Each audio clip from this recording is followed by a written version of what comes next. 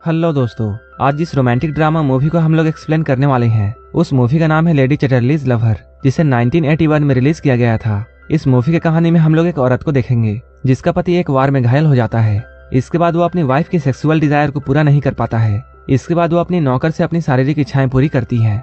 ये मूवी काफी इंटरेस्टिंग है, इसलिए आपसे रिक्वेस्ट है कि आप इस मूवी को लास्ट तक जरूर देखना। तो चलिए इस मूवी को शुरू करते हैं। इस मूवी के स्टार्टिंग में हम लोग कुछ लोगों को देखते हैं जो कि घोड़ों पर बैठकर रेस कर रहे थे।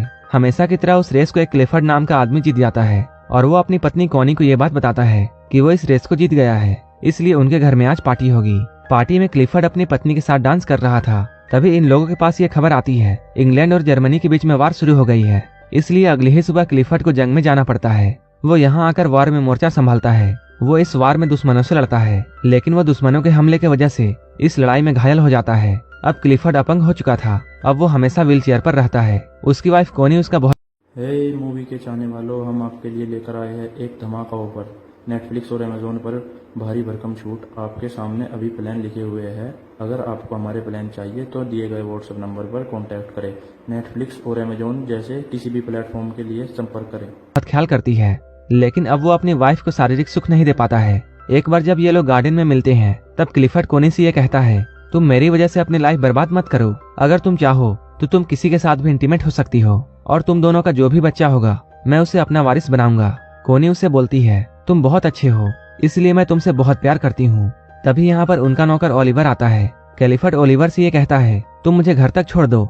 इसके बाद ओलिवर क्लिफर्ड को घर तक छोड़ देता है। इसके बाद जब ओलिवर कॉनी को देखता है तब वो कॉनी की तरफ अट्रैक्ट होने लगता है और वो उसे लाइक करता है। जब वो यहाँ से जा रहा होता है तब वो कॉनी को पीछे मुड़कर देखता है। एक दिन अचानक क्लिफर्ड की तबीयत बहुत खराब हो जाती है। ये लोग जल्दी से डॉक्टर को बुलाते हैं, लेकिन क्लिफर्ड का डॉक्टर उन्हें नहीं मिलता है। इसके बाद यहाँ एक नर्स आती है और इस नर्स का नाम मिस बोल्टन था। मिस बोल्टन यहाँ आकर क्लिफर्ड का इलाज करती है। ठीक होने के बाद क्लिफर्ड कॉनी से ये कहता है, तुम ओलिवर के पास जाओ और वहाँ जाकर देखो कि काम कैसा चल रहा है। कॉनी को वहाँ जाना पसंद नहीं था, लेकिन क्लिफर्ड ने उसे वहाँ जाने के लिए कहा था, इसलिए वो वहाँ जाने लगती है। यहाँ पहुंचकर वो ओलिवर को देखती है जो कि अपने कपड़े को उतारकर अपने बॉडी को साफ कर रहा था। जब वो ओलिवर को ऐसे देखती है तब उसके अंदर अजीब सी फीलिंग शुरू हो जाती है और वो ओलिवर को छुपकर देखने लगती है। वो यहाँ खड़ी होकर काफी देर तक ओलिवर को देखती है। इसके बाद वो बिना उससे मिले घर वापस लौट जाती है। घर आने पर क्लिफर्ड उससे काम के बारे में पूछता है। तब वो क्लिफर्ड को ये बताती है कि ओलिवर उसे नहीं मिला। इधर मिस बोल्टन यहाँ क्लिफर्ड के ट्रीटमेंट के लिए रात में रुक जाती है। वहीं कॉनी अपने कमरे में जाती है, लेकिन उसे रात में ओलिवर का ख्याल आने लगता है और वो ओलिवर के बारे में बार बार सोचे जा रही थी। उसके बारे में सोचकर वो अपनी बॉडी को टच करती है। अगले दिन फिर से क्लिफर्ड उसे ओलिवर के पास भेजता है। कॉनी जब यहाँ पहुँचती है तब ओलिवर उससे अच्छे से बात नहीं करता है, क्योंकि उसे ये बात पता चल चुकी थी कि कॉनी उससे क्या चाहती है और वो कॉनी से अफेयर नहीं चाहता था, क्योंकि वो उसके घर का एक मामूली नौकर था और कॉनी उसके बॉस की वाइफ थी। इसके बाद कॉनी अपने घर लौट जाती है, लेकिन अगली बार जब ओलिवर से वो मिलती है तब ओलिवर उसे अपने कॉटेज की एक चाबी दे देता है और अब वो जब चाहे तब उसके कॉटेज में आ सकती थी। ओलिवर इनके पंछी और अंडों का ख्याल रखता है, इसलिए अब कॉनी जब चाहे तब यहाँ आकर उन पंछियों को देख सकती थी। कॉनी अब हर रोज यहाँ आने लगी और वो यहाँ आकर चुपके से ओलिवर को देखती थी। जब वो ओलिवर के पास जाती है तब ओलिवर उसे एक नन्हा सा चूजा दिखाता है, जिस चूजे को देखकर कॉनी रोने लगती है, क्योंकि अब तक कॉनी का कोई भी बच्चा नहीं था और अब क्लिफर्ड की हालत बहुत बुरी हो चुकी थी, इसलिए कॉनी यहाँ रोने लगती है। तब ओलिवर उसके करीब आता है और उसे गले से लगा लेता है। इसके बाद ये दोनों यहीं पर इंटीमेट होते हैं, लेकिन इंटीमेट होने के बाद कॉनी को ऐसा करके बहुत बुरा लगता है और वो अंदर ही अंदर गिल्ट फील करने लगती है। इसके बाद वो यहाँ से भागकर अपने घर जाती है। उसे ऐसे भागते हुए मिस बोल्टन देख लेती है। ओलिवर के साथ इंटीमेट होने के बाद अब कॉनी काफी दिनों तक उससे नहीं मिलती है। वो ओलिवर से प्यार तो करती थी, लेकिन उसे ऐसा लगता था जैसे ये सब गलत है और वो क्लिफर्ड को धोखा नहीं देना चाहती थी। इधर ओलिवर को भी अब कॉनी की बहुत याद आती है और वो कॉनी से मिलने के लिए जाता है। अब वो कॉनी के घर के पास पहुंच चुका है। ओलिवर कॉनी को एक बार देखना चाहता था, लेकिन उसे कॉनी कहीं भी दिखाई नहीं देती है। मिस बोल्टन यहाँ ओलिवर को देख लेती है। कुछ देर बाद ओलिवर यहाँ से चला जाता है।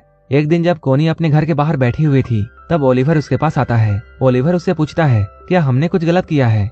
कॉनी उससे बोलती है, नहीं। इसके बाद दोनों जंगल में जाते हैं और ये लोग फिर से इंटीमेट होते हैं। एक बार ओलिवर क्लिफर्ड के घर में आता है और वो यहाँ आकर क्लिफर्ड से बातें करता है। ओलिवर यहाँ क्लिफर्ड को ये बताता है उसने 2 शिकारियों को पकड़ा है जो कि उनके पक्षियों का शिकार कर रहे थे। तभी कॉनी यहाँ आती है और वो ओलिवर से ये पूछती है, तुम यहाँ क्या कर रहे हो? जब क्लिफर्ड कॉनी और ओलिवर को देखता है तब उसे इन दोनों पर शक होता है। इसके बाद ओलिवर उन दोनों शिकारियों को क्लिफर्ड के पास लेकर आता है। यहाँ क्लिफर्ड और कॉनी दोनों उन शिकारियों को देखते हैं। क्लिफर्ड ओलिवर से ये कहता है इन दोनों शिकारियों पर मुकदमा चलना चाहिए, लेकिन कोनी उसे ऐसा करने से मना करती है। क्लिफर्ड उनसे बोलता है, मैं एक शर्त पर इन दोनों को छोड़ सकता हूँ। अगर ओलिवर अपने हाथ से उन दोनों को पीटेगा तब मैं उन दोनों को छोड़ दूंगा। अगर ओलिवर ऐसा नहीं करता है तब उसे इस नौकरी से निकाल दिया जाएगा। ओलिवर उन दोनों को पीटना नहीं चाहता था, लेकिन अपनी नौकरी के लिए उसे ऐसा करना पड़ता है। एक दिन जब कोनी ओलिवर के पास जाती है तब वो उससे ये कहती है, मुझे एक बच्चा चाहिए। ओलिवर उसकी बातों को सुनने के बाद उससे ये पूछता है, क्लिफर्ड का तब क्या होगा, क्या वो उस बच्चे को अपनाएगा? तब कोनी उसे बताती है, मैंने क्लिफर्ड से बात कर ली है। तब ओलिवर उससे पूछता है, क्या क्लिफर्ड हमारे बारे में जानता है? कोनी कहती है, मैंने हमारे बारे में उसे नहीं बताया है, लेकिन मैं ये जानती हूँ कि मैं तुम्हारे बगैर नहीं रह सकती हूँ। तब ओलिवर उसे बताता है, तुम्हें एक रात मेरे कॉटेज में आना होगा, और वो ऐसा करने के लिए कोनी की बात मान जाता है। जब कोनी यहाँ से घर जाती है तब मिस बोल्टन को कोनी के सर पर एक घास का टुकड़ा दिखाई देता है, जिसे देखकर वो समझ जाती है ओलिवर और कोनी का अफेयर चल रहा है। इधर हम लोग कोनी और ओलिवर को देखते हैं, जो कि अक्सर अब मिलते हैं। यहाँ कोनी ओलिवर से ये कहती है, मैं एक रात तुम्हारे कॉटेज में जरूर आऊंगी और मैं उस रात तुम्हारी वाइफ की तरह रहूंगी, लेकिन मैं क्लिफर्ड को छोड़ना नहीं चाहती हूँ, क्योंकि मैं क्लिफर्ड से बहुत प्यार करती हूँ और उसे अभी मेरी बहुत जरूरत है। यहाँ ओलिवर उससे ये कहता है, अगर तुम उसे हमारे बारे में बताती हो तब शायद हम दोनों को अलग होना पड़ेगा, क्योंकि मैं एक नौकर हूँ और क्लिफर्ड ये कभी नहीं चाहेगा कि तुम्हारा अफेयर एक नौकर के साथ रहे और एक नौकर का बच्चा उनका वारिस बने। शाम में जब कोनी वापस आ रही होती है तब क्लिफर्ड बाहर से आते हुए कोनी को देख लेता है। कोनी जब घर पहुंचती है तब वो क्लिफर्ड के पास आती है। यहाँ अगर कोनी क्लिफर्ड से ये पूछती है, तुम यहाँ बाहर क्या कर रहे हो? क्लिफर्ड उसे बताता है, मैं सनसेट देखने के लिए यहाँ आया हूँ। अब क्लिफर्ड को कोनी के बारे में पता चल चुका था और वो ये जानता था कोनी और ओलिवर का अफेयर चल रहा है, लेकिन अब वो उन दोनों का इंसल्ट करना चाहता था, इसलिए वो अगली सुबह ओलिवर के पास जाता है। लेकिन ये दोनों यहाँ आकर देखते हैं ओलिवर अपने घर पर नहीं है। इधर ओलिवर खुद ही कोनी से मिलने के लिए उसके घर की तरफ गया है। इसके बाद ओलिवर किसी तरह कोनी से मिलता है और वो उससे ये बोलता है, तुम आज रात मेरे साथ बिताओगी। इधर हम लोग क्लिफर्ड को देखते हैं, जो कि जानबूझकर अपनी बाइक कीचड़ में फंसा देता है और वो कोनी को आवाज लगाता है। कोनी जब उसके बाइक को धक्का दे रही होती है तब वो अपनी बाइक से कोनी पर कीचड़ उछालता है।